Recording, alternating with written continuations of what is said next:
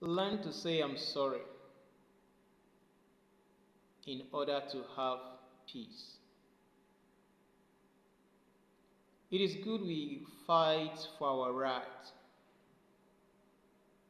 but sometimes we may win the fight, but we may never win the peace. For you to say I'm sorry doesn't mean you are wrong.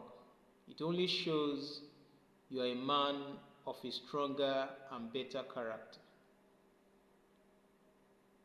Do not allow your culture that teaches you that an older person or a superior officer should not apologize or say I'm sorry to a younger person. Individuals with strong and positive character, individuals with clear vision will easily say I'm sorry even when they are not wrong. Their utmost desire is to ensure there is peace, tranquility, and progress in the society. It is not the question I am right, you are wrong.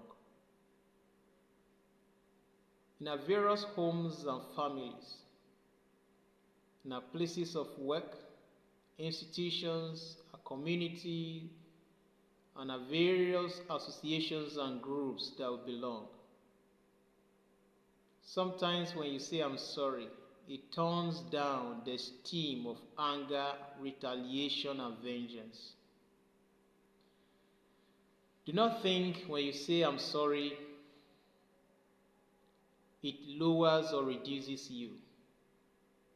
It earns you respect, recognition, and better reputation.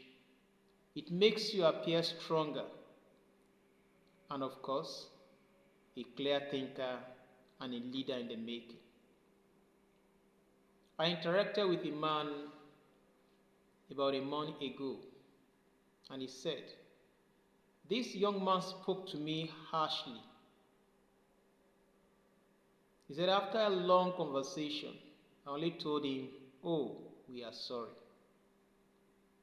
And from the explanation, the old man was never wrong. But he said something. He said, I said sorry for the sake of times between husband and wife. You discover your partner is offended, not necessarily because of your action, but one thing or the other come together and then the aggression is transferred to you. Simply say, I'm sorry, so that you can move on.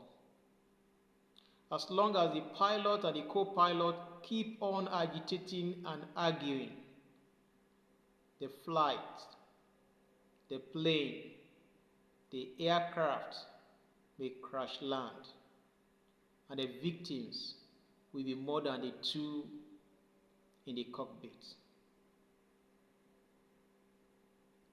If you are head of organizations, if you are head of a family, you can't afford to insist on your rights sometimes. You just have to play the role of a father. Sometimes you come across individuals that will push you almost to the wall. Ensure you control your temper and have a clean and clear thought. Do not act out of character. You have every right to fight back, but sometimes we keep our rights aside in order to win the peace. Don't claim the right of way to the point that you will die as a fool. It is only the living that defends his right. It is when you get home from your trip that people then know you to be a good driver. So it is not the fighting, it is not the argument. It is the peace, the tranquility, the development, the serenity, the understanding, the cooperation, and the progress you witness after a quarrel. There will always be issues to settle. We are human. Our backgrounds differ. Our thinking, our philosophy, our perception of life are never the same. But our ability to reconcile together, to walk on a pathway of peace, will make our world a better place. So, forget about the ego of my position, ego of my leadership, ego of my rights at home, in the workplace, in the community. I'm a title holder. I'm the eldest in the home. I'm the richest in the community. I'm the most powerful and influential person, man or woman here and there. I'm the director of the company. All these, they are our positions, but they are not who we are. We are bigger than that. You are bigger than that office. Who are you?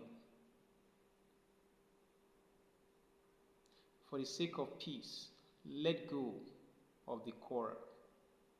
Small fights can bring down a great man. Simply say, I'm sorry, and move on with your life.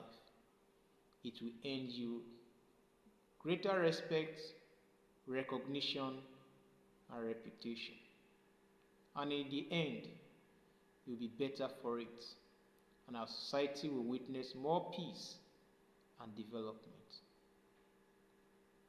The words is for the wise. Please be wise and go for peace, not your right.